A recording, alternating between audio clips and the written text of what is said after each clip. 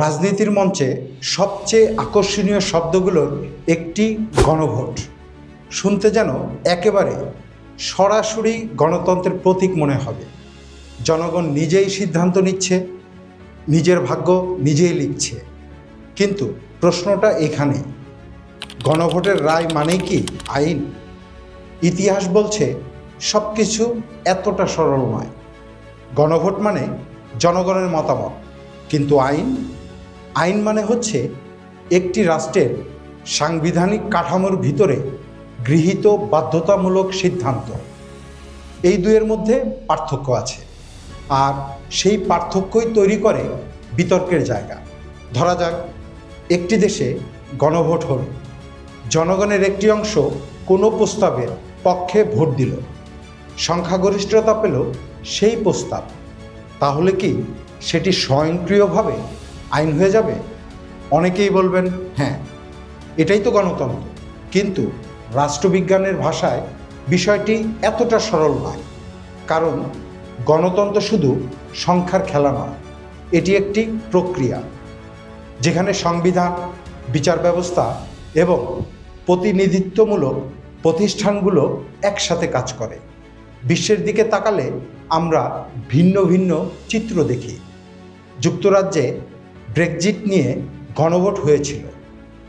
জনগণ ইউরোপীয় ইউনিয়ন ছাড়ার পক্ষে রায় দেয়, কিন্তু সেই রায় বাস্তবায়ন করতে পার্লামেন্টে দীর্ঘ বিতর্ক, রাজনৈতিক সংকট এবং আইনি প্রক্রিয়ার মধ্যে দিয়ে যেতে হয়েছে।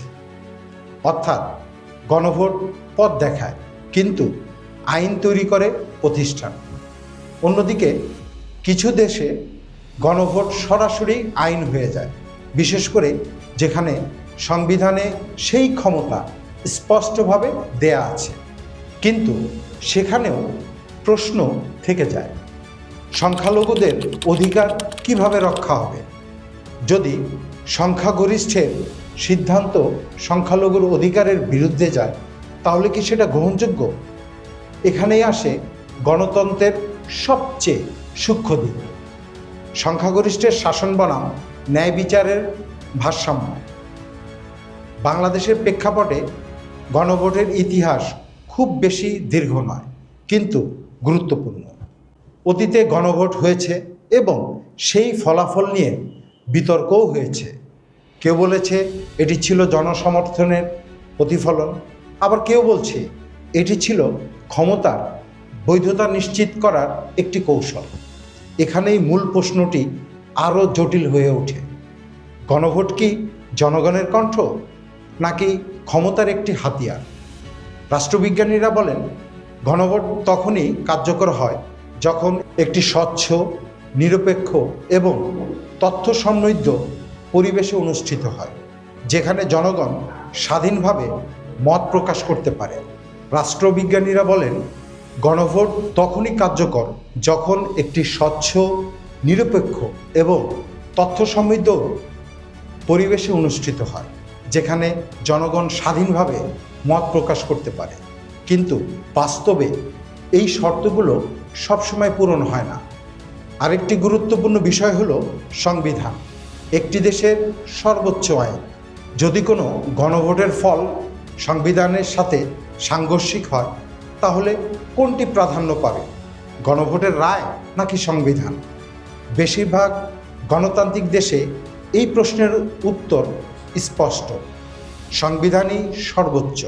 অর্থাৎ গণভোটের ফলাফল বাস্তবায়ন করতে হলেও সেটিকে সাংবিধানিক কাঠামোর ভেতরে আনতে হয়। অর্থাৎ গণভোট নির্দেশনা দিতে পারে, কিন্তু আইনে পরিণত হতে হলে তাকে একটি প্রক্রিয়ার মধ্যে যেতে হয়। তাহলে কি গণভোট অপ্রয়োজনীয়? একেবারেই না, বরং এটি জনগণের মতামত জানার একটি শক্তিশালী মাধ্যম। কিন্তু এটিকে চূড়ান্ত সত্য হিসেবে ধরে নেওয়া বিপজ্জনক হতে পারে। শেষ পর্যন্ত প্রশ্নটা আবার ফিরে আসে, গণভোটের রায় মানেই কি আইন? উত্তরটা হয়তো এক কথায় দেয়া সম্ভব না। কিছু ক্ষেত্রে হ্যাঁ, কিছু ক্ষেত্রে না। কিন্তু একটি বিষয় স্পষ্ট, গণভোট গণতন্ত্রের একটি অংশ, পুরোটা নয়।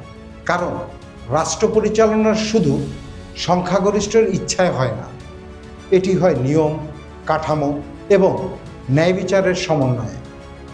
ইতিহাস আমাদেরকে বারবার শিখিয়েছে জনগণের কণ্ঠ গুরুত্বপূর্ণ, কিন্তু সেই কণ্ঠকে আইনে রূপ দিতে হলে দরকার একটি সুশৃঙ্খল পথ। আর সেই পথটাই ঠিক করে দেয় কোন সিদ্ধান্ত ইতিহাসের সম্মানের পাতায় জায়গা পাবে আর কোনটি বিতর্কের পাতায় হারিয়ে যাবে।